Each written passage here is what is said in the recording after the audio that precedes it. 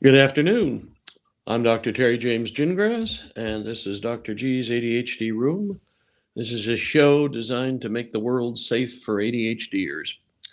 I routinely tell you this, but I am a clinical psychologist and neuropsychologist, and I'm also the parent of an ADHD. Well, he's an adult now, but back in the day, he was a child, back before we had ADHD as a diagnosis. Anyway, um, the whole presumption here is that I have like 40, 42 years of experience uh, in private practice and in institutional psychology, most of it working with ADHD families, and seen a lot of things, learned a lot of things, sometimes on purpose, sometimes by accident. But the real deal, I mean, and the bottom line on all of this is that it takes more time, energy, and effort to be the parent of an ADHD child. If you've got an ADHDer, you can't just, well, like my ADHDer was my third child. First two was like a piece of cake. I didn't worry about them. I didn't plan ahead for them. I just reacted to whatever was going on. Can't really do that with an ADHDer. You have to be ahead of the game. You have to have planned ahead. You have to have done some things in advance that you just don't have to bother with neurotypical kids. I mean, it's when I think back on it, it's amazing how easy it was with neurotypical kids, and how whew, tough it was with an ADHDer. And back in when I was a young parent of a young child, we didn't know anything about ADHD. Actually, we didn't even have the name ADHD until 1987. So, uh, hyperkinetic reaction of childhood. How's that for a mouthful? And that's what it was called. That's what the Diagnostic and Statistical Manual of the American Psychiatric Association had for what we would now call ADHD. And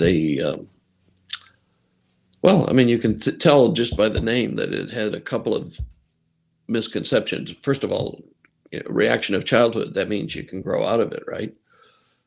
And then hyperkinetic, well, that covers part of ADHD, but what about the inattentive types? What about those people who just sit there in class with a smile on their face thinking about, I don't know, rainbows and whatever's, unicorns maybe, but they're they're not here, and they still would get the diagnosis nowadays. But back then, we didn't know anything about it, so I had to learn a lot. I had to learn a lot because it just wasn't available out there, and so a lot of what I learned was from my child, and a lot of what I learned was working with other ADHD families. One of the things that we frequently don't pay much attention to, as therapists say, and a lot of times as parents too, is that parents need a lot more time to take care of themselves than parents of neurotypical kids. I mean, you have so many extra plans, extra procedures, compensatory strategies, all those kinds of things that you have learned, developed yourself, or with the help of a therapist, or because you read it, read an article somewhere. Uh, but it's a lot more work, and if you don't do the work, it's a long life that way. You have to do some extra things for these kids if you want them to survive uh, and get into, or at least get through high school. It's just a lot more work, but we hardly ever talk about that. Okay, and we hardly ever say, ADHD parents need some care and attention as well. And I just thought I'd hit with some quick sort of tips from basically from the behavior medicine / stress management literature. Um, Back in the day, I did a postdoc in that area, and it's good stuff. It really is. It's where the mind body interaction goes to get researched on. Okay, but the general rule I would give to parents of an ADHD child is be a good animal. What does that mean? That means do what wild animals naturally do. Eat what you're supposed to eat, get enough sleep, and get some regular exercise.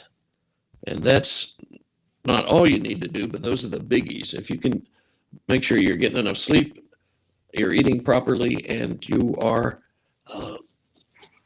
getting enough exercise, you're doing a lot to help yourself handle the stress better than if you just do nothing, or if you're sitting around sucking down chips and dip all day, or not getting any exercise, or having restless sleep, staying up too late. The deal with sleep is one of those many things that your body likes a routine. It likes to know that at 10 o'clock or whenever we're going to bed, we're going to get up at 6:30, And a lot of people screw up sleeping because they don't have a bedtime routine. They just keep going until they feel tired, then they go up to bed. And, or the worst ones are the ones who, right before they go to bed, they do all their chores. They do the dishes, do the vacuuming, clean up, No. Your body likes to ease into things. Your brain likes to ease into things. So you stop doing anything besides deep contemplation for about an hour before you go to bed. And try to stay off the computer, because the wavelength on the computer makes it hard for you to go to sleep. And you can get certain tints on your glasses or stuff that will kind of help with that. But still, the basic thing is you should probably get off of the internet about an hour before you plan on going to bed. You should not wait until the last minute to do your chores. And ideally, you spend some time in quiet contemplation, and then your brain and your body are ready to go to bed and go right to sleep. If you run around, stay up late, one night you're up till 1 o'clock in the morning, and the next night it's 2 o'clock in the morning, and the third night you try to go to sleep at midnight, that isn't going to work out very well. Your body and your brain like regular, consistent routines. So if you stick with a consistent routine, you will have a better chance at sleeping well and deeply. Okay, diet, I'm not going to get into a whole bunch of that, but it's just a diet that is pretty much like the Mediterranean diet, which you've probably heard of, a lot of fruits and vegetables and whole grains and protein, and not a whole bunch of sugar and kind of junk food. And and of course, then we have the alcohol question. And alcohol, well, first of all, it depends. Okay, if you've got a family history of alcoholism, be real careful. Okay, it'll get you if you don't watch it real closely. But for most folks, a glass of wine with dinner, no big deal. Okay. When it gets to be 2, 3, 4, half a bottle, then you're starting to work on a problem. And sleep doesn't. Alcohol does not help you to sleep. This doesn't improve your chances of getting a good night's rest. Matter of fact, most folks, one glass might sedate you enough that you just kind of go to sleep, but you're not going to sleep through if you have 2 or 3 glasses of wine. or a couple of shots of whatever your favorite liquor is. It's just not gonna work well for you. And then the exercise thing. Okay, basically there are lots of recommendations out there on how much exercise you should get, but kind of the median recommendations are get about 45 minutes of aerobic exercise 5 days a week. Okay, that's recommended for brain fitness. That's generally recommended for maintaining your weight. And aerobic exercise doesn't have to be training for a marathon. It can be going for a brisk walk. Okay, or whatever you like to do. I mean, I have a rowing machine that I am falling in love with, but I also have a couple of kayaks and kind of like using them as well. So, but whatever you like, do it consistently. Do it at least 5 days a week, and do it, to get a workout. You need to put in some spurts in there, where it's parts where you're either walking fast or running fast or rowing fast, whatever. If you do that for 2 or 3 minutes, and then you slow down for 2 or 3 minutes, and after about 5 minutes, then you do another spurt until you've done probably 3 to 5 spurts. And that is sort of the animal stuff.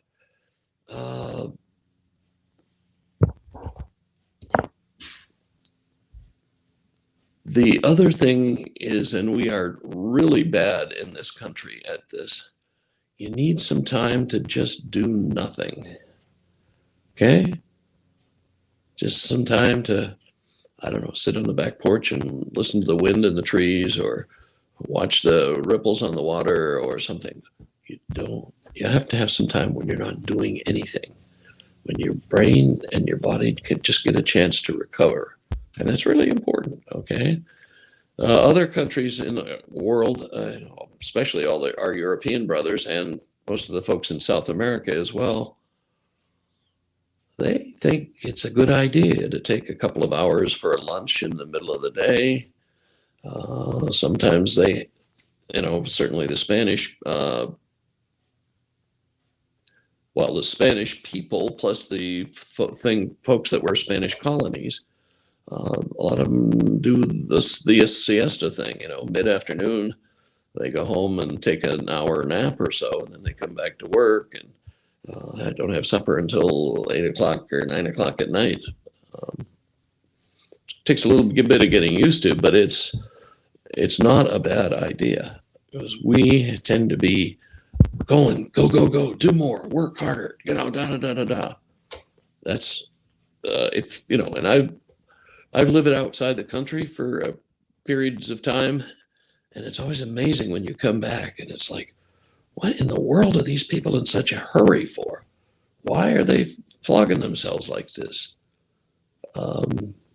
And we need to look at that, because that's not the way to survive for a long time, and that's not the way to have energy to deal with your family in a calm way.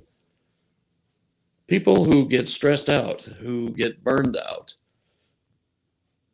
don't have a lot of energy for maintaining emotional control. They tend to fire off, yell and scream and jump up and down and that sort of thing, which is probably the last thing you want to do at your ADHD child.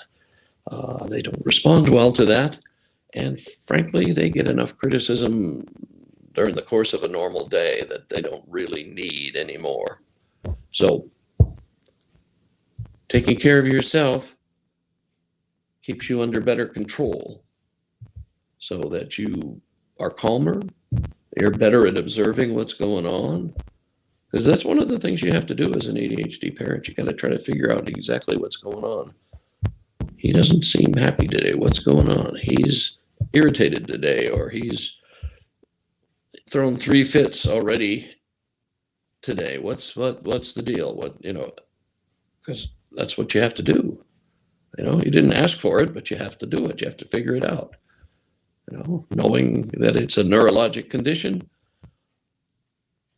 I don't know, that's sometimes not all that helpful. How do you figure out exactly what? Probably what happened is he or she has been put in a situation where they have to do something, or they've been told to do something, or ordered to do something that they know they're not very good at, or they know they might not do very well at. And they, a lot of times, that frustrates them, or that scares them. Either way, emotional dysregulation is one of the things that ADHDers have as a characteristic. So anyway, so you have to maintain calm, you have to maintain control, because you got a lot of figuring out what's going on to do. And you can't do that when you're tired and worn out, and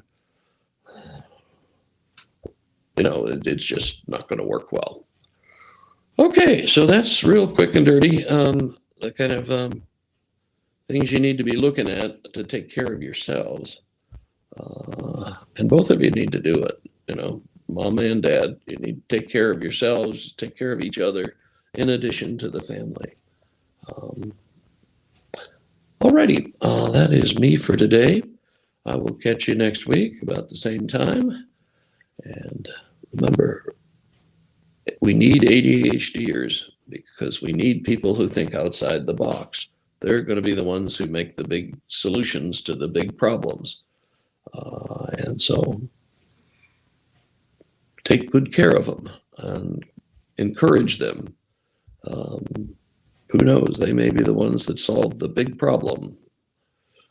Okay, I will catch you next time. And in the meantime, have a good one.